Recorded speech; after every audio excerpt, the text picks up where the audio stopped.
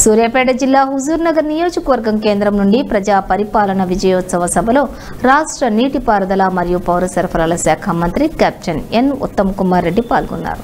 Congress party అధికారంలోకి వచ్చిన 10 నెలల్లోనే 50,000 ఉద్యోగాలు నియమించామన్నారు. రాష్ట్రంలో ప్రతిపక్ష ఆరోపణలలో పస ఉండలేదన్నారు. ప్రభుత్వ విజయాలు సాధిస్తుంటే తట్టుకోలేక విమర్శలు చేస్తున్నారన్నారు. ప్రభుత్వ అభివృద్ధి, సంక్షేమం మారుమూల పల్లెలకు ప్రతి పౌరుడికి చేరేలా కాంగ్రెస్ కార్యకర్తలు కృషి చేయాలని మంత్రి ఉత్తమ్ కుమార్ రెడ్డి అన్నారు.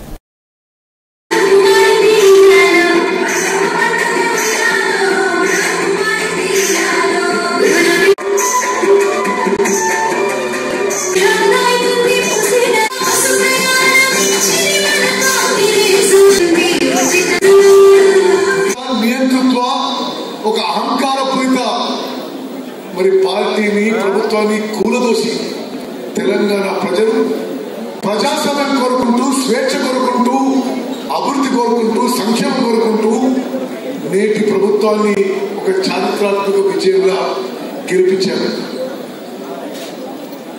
డిసెంబర్ 7వ తారీఖున గౌరవ సోనియా గాంధీ గారు, గౌరవ రాహుల్ గాంధీ గారు, గౌరవ మల్లికార్జున ఖార్గే గారి సమక్షంలో ఈ రాష్ట్ర ముఖ్యమంత్రిగా గౌరవనీయులు రేవంత్ రెడ్డి గారు, ఉప ముఖ్యమంత్రిగా గౌరవనీయులు బట్టి విక్రమార్క గారు, మేమందరం కూడా కేబినెట్ మంత్రులుగా ప్రమాణ స్వీకారం చేస్తున్నాం. డిసెంబర్ 7వ తారీఖు నుంచి అహర్నిశలు, నిద్రాహారాలు మాని నిరంతరం ప్రజల కోసం మేలు చేసే పనులు చేస్తున్నాం.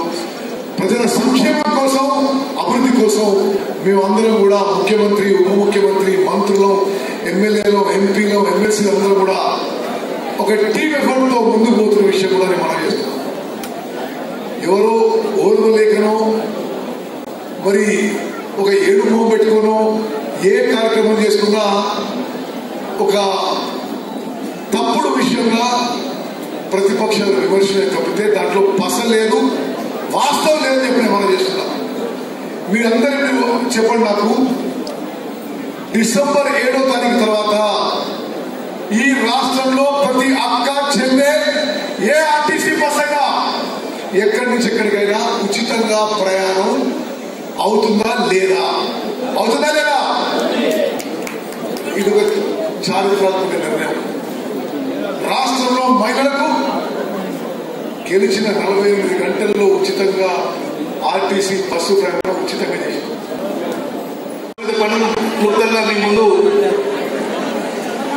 మాట్లాడాలనుకుంటా ఉన్నాం. ప్రత్యేకంగా ప్రభుత్వం వచ్చిన తర్వాత వివిధ పథకాలకు సంబంధించిన దాంట్లో మహాలక్ష్మి పథకం, ఆ పథకం కింద మహిళలకి ఉచిత బస్సు సౌకర్యం కావచ్చు, అదేవిధంగా 500 రూపాయలు సిలిండర్ కావచ్చు. వాటికి సంబంధించి జిల్లాలో 1,44,000 మందికి పైగా లబ్ధి పొందడం జరిగింది. అదేవిధంగా